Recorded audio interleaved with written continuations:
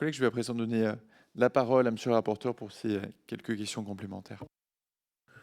Oui, merci, Monsieur le Président. Juste une simple dernière question. On a tourné autour du sujet. Moi-même, je l'ai évoqué.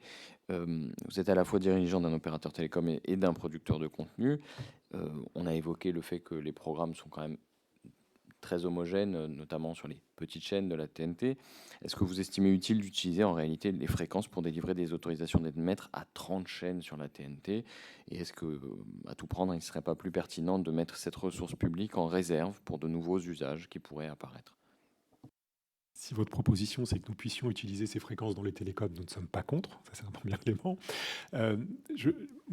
Encore une fois, j'aime bien la concurrence et j'aime bien la compétition. Donc, j'aurais plutôt tendance à le prendre dans l'autre sens. Et est-ce que on ne devrait pas plutôt essayer de se dire, est-ce qu'on n'a pas de la réserve spectrale pour aller augmenter le nombre de chaînes, le choix du téléspectateur et de permettre la compétition en se disant aujourd'hui on a 30 chaînes, est-ce qu'on a de la réserve spectrale pour aller en rajouter 30 et on fait rentrer des nouveaux acteurs? On va avoir du n'importe quoi, on va avoir des gens qui vont disparaître, etc. Mais est-ce qu'au milieu de ce chaos, de ces 30 nouvelles chaînes qui seraient attribuées, est-ce qu'on n'aurait pas quelque chose qui permettrait de recréer au-delà des 5... Aujourd'hui, on a 5 grands groupes de télévision. Ils sont tous, on se inclut France Télévisions, mais on a 5 grands groupes de télévision.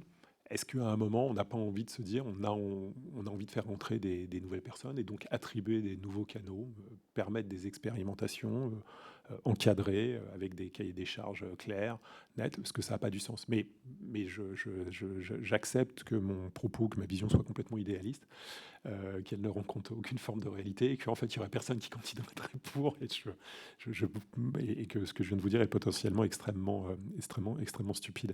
Mais ça serait plutôt ça, moi, mon sens. Le sujet, c'est la concentration, l'absence de concurrence réelle et de liberté à l'émergence de nouveaux talents. Nous, on diffuse des chaînes, on diffuse toutes les chaînes.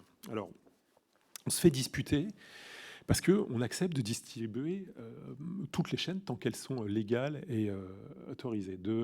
Et quelle que soit leur ligne politique. On a distribué pendant longtemps RT. On s'est fait disputer pour avoir distribué RT. On a arrêté de le distribuer quand la chaîne est devenue légale.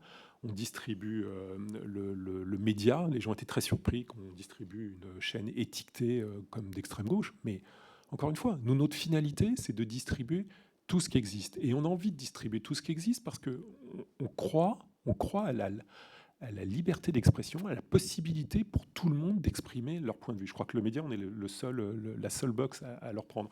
Mais mon sujet, c'est pas... Est-ce que je suis d'accord avec ce qu'ils disent, oui ou non? Et d'ailleurs, c'est pas l'important cette question. Mon sujet, c'est la volonté d'être capable de donner la parole à tout le monde. Et c'est ça, notre envie. Et donc, dans ce même état d'esprit, que des chaînes, même d'opinion, pourquoi pas, que des chaînes d'opinion puissent bénéficier de ces 30 canaux supplémentaires au prorata de ce qu'ils représentent à l'Assemblée ou ailleurs, ou du pourcentage de votes qui recueillent auprès des Français, ne me choque pas. Moi, je pense que je milite pour une liberté d'expression la plus large et non pas une liberté d'expression concentrée dans 5 groupes de télévision. Voilà, donc c'est ma position. On peut avoir une vision complètement différente. Vous pourriez me dire, attention, on va avoir de l'énorme n'importe quoi. Peut-être, on va avoir de l'énorme n'importe quoi.